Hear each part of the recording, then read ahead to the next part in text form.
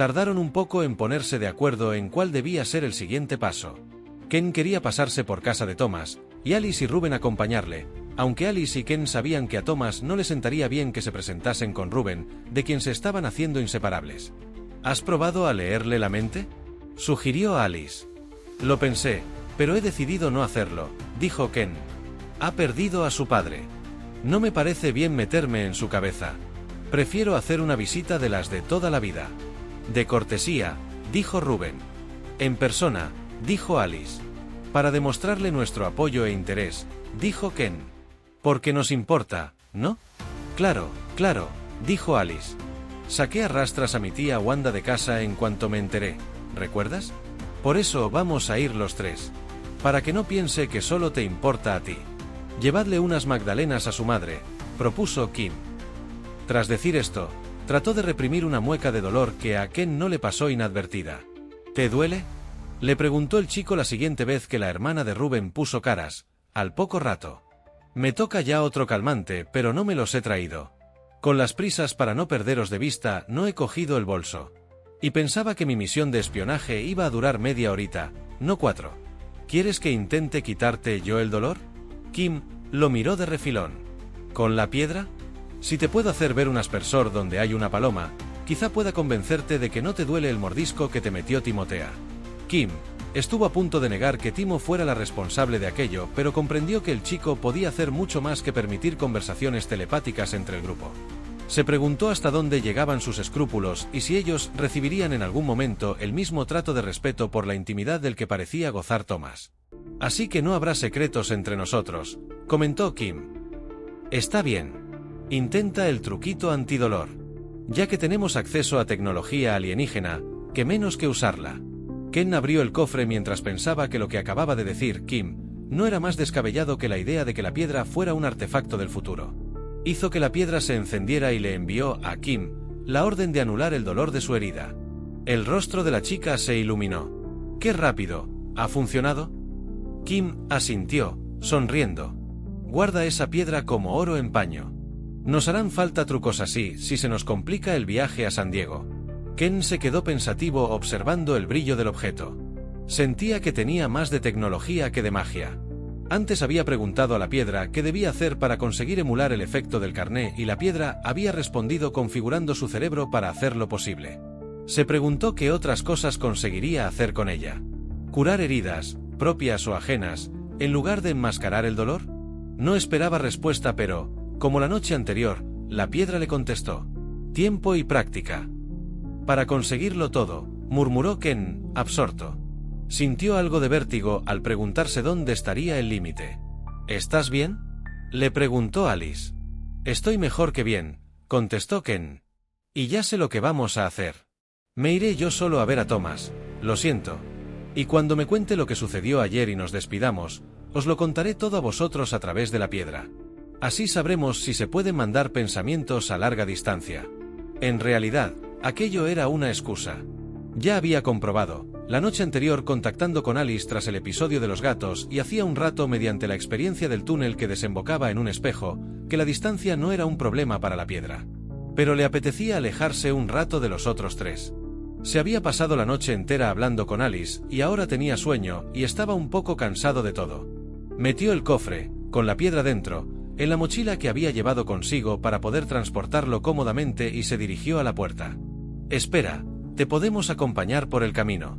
Yo tengo que ir a tomarme los analgésicos. No sabemos si tu remedio piedril es permanente, dijo Kim. Prefiero irme ahora mismo, si no os importa, contestó Ken. ¿Y eso?, preguntó Kim, sorprendida. Quiere estar solo, contestó Alice por él. Se pasó todo el camino hasta la casa de Thomas a solas con sus pensamientos. Primero le dio vueltas a lo que había experimentado en el túnel al que había seguido al intruso y se preguntó por el significado del espejo que había vislumbrado. Después pensó que la bronca que se llevaría al volver a casa por haberse ido sin permiso iba a ser monumental. Estaba claro que Nelly le quitaría todos los privilegios, como ya habrían hecho el resto de los padres del condado con sus hijos ante la amenaza del criminal. No volvería a salir de casa solo, a no ser que lo hiciera a hurtadillas como la noche anterior, o convenciera a su madre con ayuda de la piedra. Más tarde pasó por delante de un gimnasio y se acordó de Rudolf y de que lo había retado a una pelea. Se dijo que con la piedra en su poder tenía el combate más que asegurado. Se imaginó a Alice, sujetando el cofre abierto a una distancia prudente, y asimismo anticipando todos los movimientos de Rudolf y dándole una buena tunda.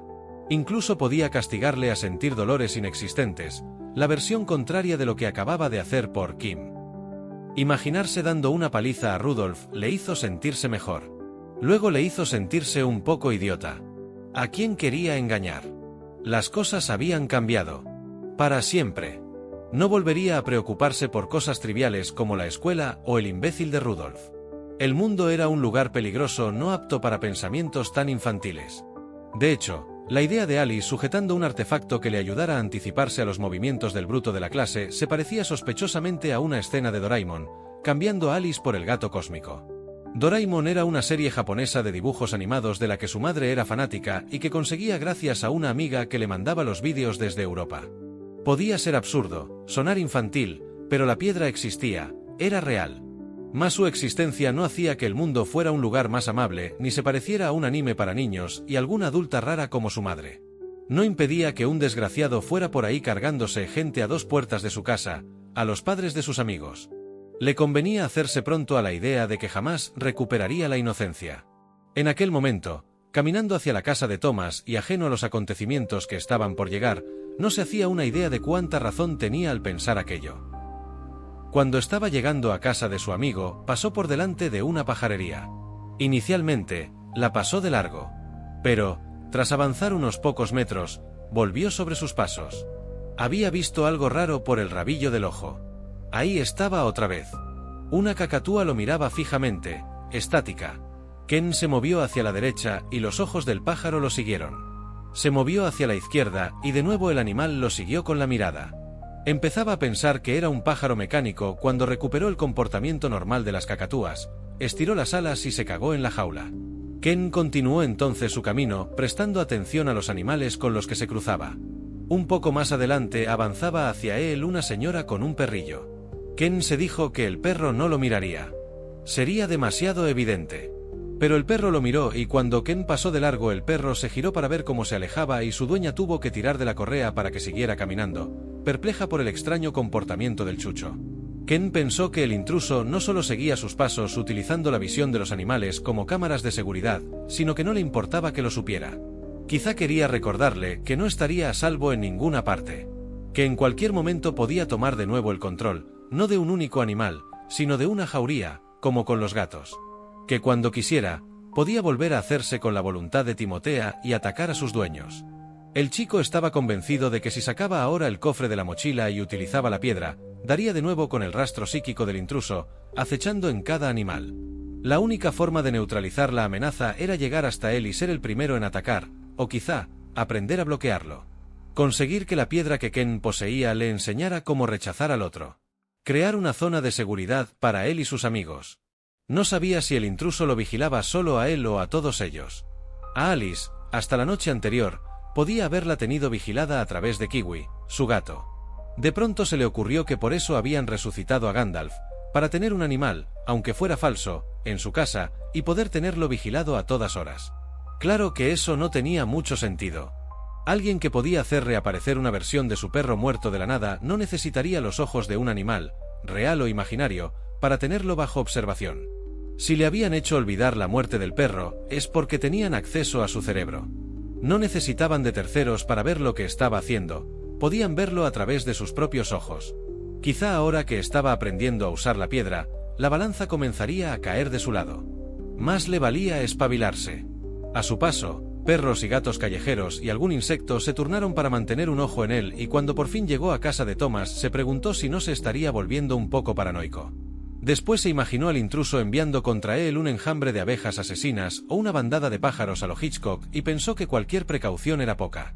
Había una furgoneta de la televisión haciendo guardia frente a la casa. El ventanuco redondo del ático, la parte de la casa donde dormía Thomas, estaba abierto. Ken pensó que el padre de su amigo ya no se enfadaría nunca más con él por tirar piedras a la ventana cuando iba a buscarlo. Le pareció un pensamiento poco apropiado. Seguro que pese a sus cabreos, el padre de Thomas había sido un buen hombre, como lo era el suyo. Llamó al timbre y esperó, y mientras lo hacía echó un vistazo a la furgoneta del canal local por si algún periodista lo había visto llamar y quería entrevistarlo. Nadie se le acercó. Bien pensado. Era extraño que no hubiera una horda de curiosos o el inevitable ajetreo de familiares y amigos entrando y saliendo de la casa del difunto. Luego pensó que era la hora de comer, por eso no habría nadie. Fue Thomas quien le abrió. «Dichosos los ojos que te ven», dijo el chico, y con un gesto despreocupado lo invitó a pasar. «Esperaba verte por aquí anoche, tú siempre estás en el centro de las cosas importantes». Ken se preguntó a qué vendría eso. Brooke, la madre de Thomas, estaba empaquetando pequeños electrodomésticos en la cocina. Al parecer le había llegado el turno a la tostadora. Sonrió a Ken, pero no dijo nada. Tenía la cara hinchada de haber llorado toda la noche y parte de la mañana. ¿Os vais?, le preguntó Ken a Thomas. Echando leches. ¿Por él? Puedes decirlo. Por el criminal. En parte por eso, sí. Thomas subió a su habitación y Ken lo siguió. ¿Cuándo es el entierro? Ni lo sé ni me importa. Los padres de Gregory se ocuparán de todo eso. Nosotros nos quitamos del mapa. Ken pensó que llamar a su padre Gregory en lugar de papá era una forma de defensa ante la pérdida sufrida. Aún así comentó. No pareces muy afectado. No lo estoy.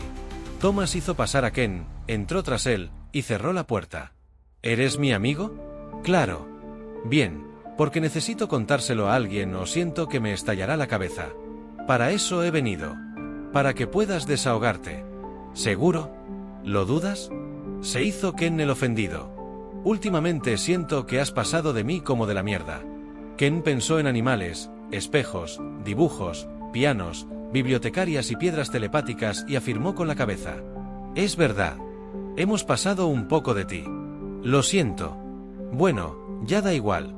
Ahora estás aquí y como venganza me guardarás el secreto. ¿Qué secreto?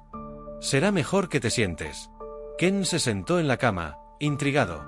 ¿Es que tu padre no está muerto? Se le ocurrió. ¿Es una treta de la poli para pillar al asesino? Gregory está más tieso que el palo de una escoba. Y creo que ya han pillado al asesino.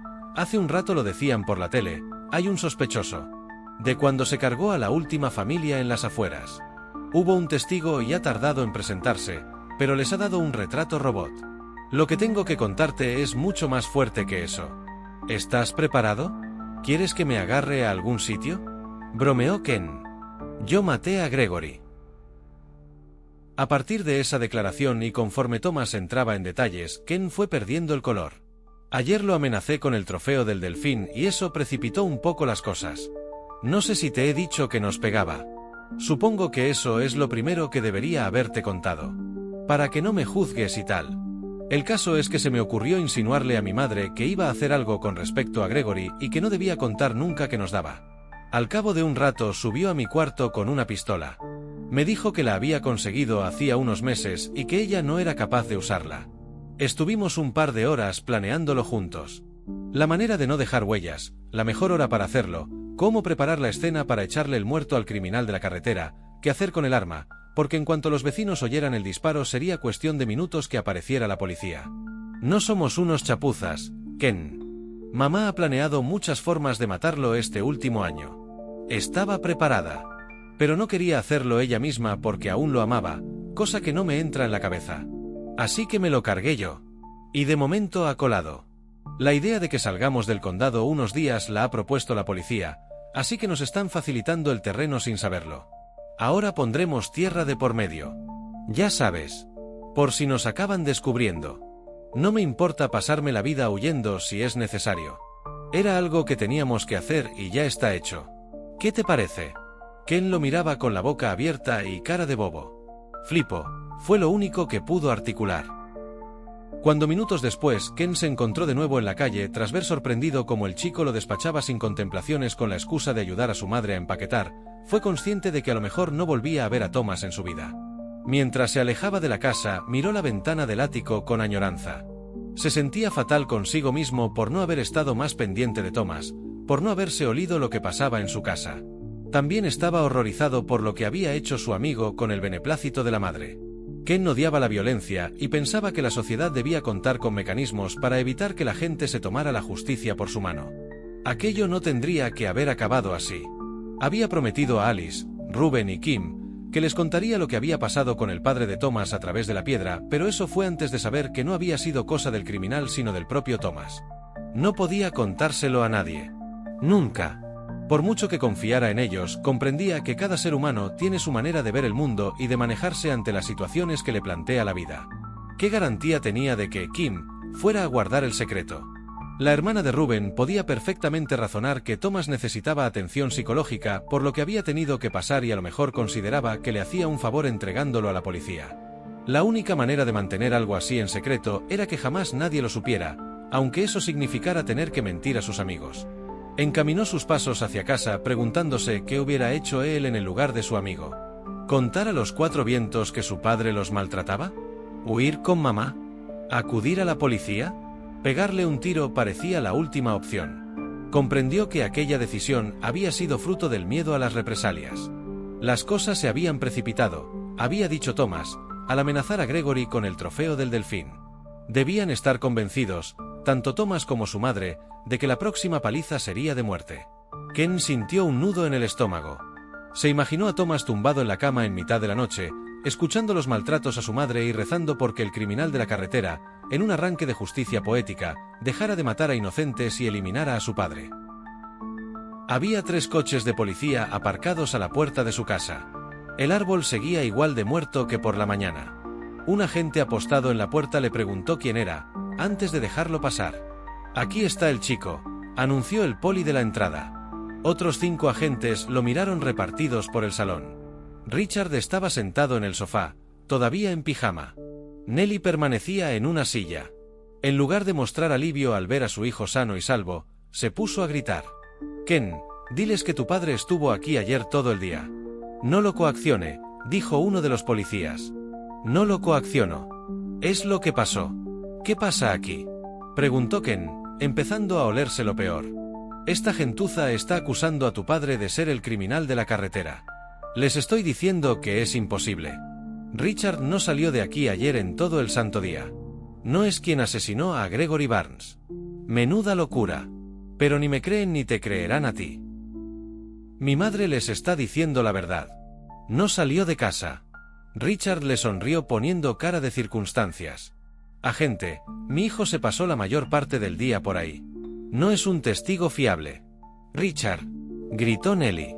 «Y no es verdad que no saliera en todo el día. Fui a comprar cerveza». «Eso no ayuda», murmuró su mujer.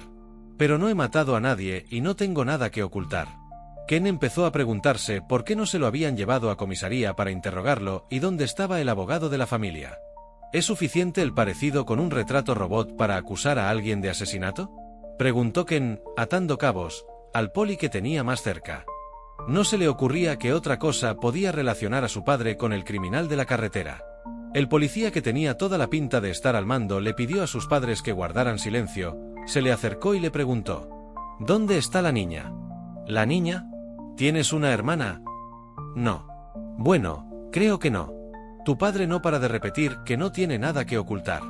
Pero al mismo tiempo niega la existencia de la niña. ¿Y por qué creen ustedes que hay una niña? ¿Por la mano de chocolate en la cocina?». El poli jefe le hizo un gesto a uno de sus hombres para que lo comprobara. El otro desapareció en la cocina y al poco se escuchó una cámara sacando fotos. ¿Tú también niegas que haya una niña en esta casa?».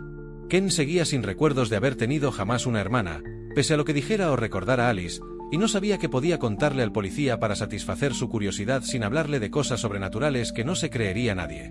«Que yo sepa, no tengo hermanas. No hay más niños que yo en esta casa». El poli lo miró, frunciendo el ceño. «¿Cómo explicas la habitación de arriba?». «¿Qué habitación?». «La del bebé». El agente empezaba a perder la paciencia. «¿Hay una habitación de bebé?». Ken recordaba perfectamente que el día anterior la habitación estaba vacía. «Hay una habitación de bebé jodidamente bien equipada». «¿Cómo lo explican mis padres?». «Dicen que todo eso no estaba ahí esta mañana». «Pues lo secundo». El policía cogió un montón de folios de la mesa y casi se los tiró a la cara. Eran dibujos de una niña de entre 3 y 4 años. También había dibujos de cuando la niña era un bebé recién nacido, pero eran ilustraciones menos elaboradas, de cuando Ken aún no había depurado su estilo. Reconoció su mano en ellos, pero no recordó haberlos hecho. «¿Qué me dices de esto?». ¿Los dibujos? Que la familia desee otro integrante no significa que exista.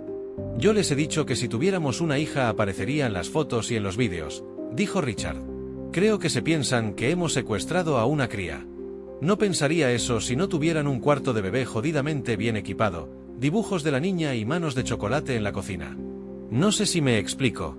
Ken vio un destello de luz por el rabillo del ojo y los 4 polis que quedaban en el salón sacaron las pistolas a la vez y apuntaron a la pared. Un enorme retrato fotográfico de la niña que aparecía en los dibujos de Ken se había materializado junto a la puerta de la calle.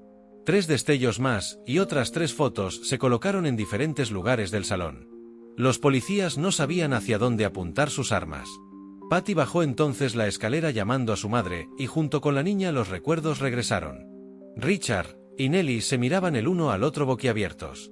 Los policías no entendían nada y Ken aprovechó la confusión para encerrarse en el baño y sacar el cofre de la mochila. Vale, le dijo a la piedra. Necesito que todo el mundo olvide lo que acaba de pasar. Y necesito que los polis se vayan y dejen de considerar a mi padre un asesino. ¿Cómo lo hago? La conciencia de la piedra lo guió. Eliminar tantos recuerdos de tantas mentes era un proceso laborioso. Ken tardó cerca de 40 minutos en arreglar el desaguisado y acabó agotado. Necesitaba comer. Esperó hasta que escuchó cómo se despedían los policías agradeciéndoles a sus padres la cooperación y salió corriendo para la nevera esquivando a Patty en la carrera. Richard seguía sentado en el sofá, en pijama. Tenía un periódico en las manos. Ken salió de la cocina devorando un plátano y con 3 manzanas en una bolsa esperando su turno. ¿Te lo puedes creer, Ken? El asesino es igualito que yo, dijo Richard, mostrándole el retrato robot que se había filtrado a la prensa. Ken sonrió, satisfecho al comprobar que había conseguido que todo volviera a la normalidad. Al menos de momento. Tras vaciar la nevera de fruta, Ken barajó la posibilidad de comunicar telepáticamente con Alice para contarle lo ocurrido con la policía y la reaparición de su hermana. Pero estaba tan exhausto después del esfuerzo que suponía usar la piedra que decidió darse una ducha y dormir un rato. La ducha se la dio sin contratiempos, pero cuando se acababa de meter en la cama, escuchó a Richard llamándolo a grito pelado desde el piso inferior. «Ken, tienes visita». Ken se puso los vaqueros y se asomó a la escalera. Su padre estaba abajo, esperando a que hiciera precisamente eso. «Es una chica. Muy guapa. No quiere decirme su nombre». «Rachel», sonó desde la puerta de la calle. «Rachel», repitió Richard. «Dile que suba», dijo Ken. Rachel era la última persona que se imaginara iba a ver ese día.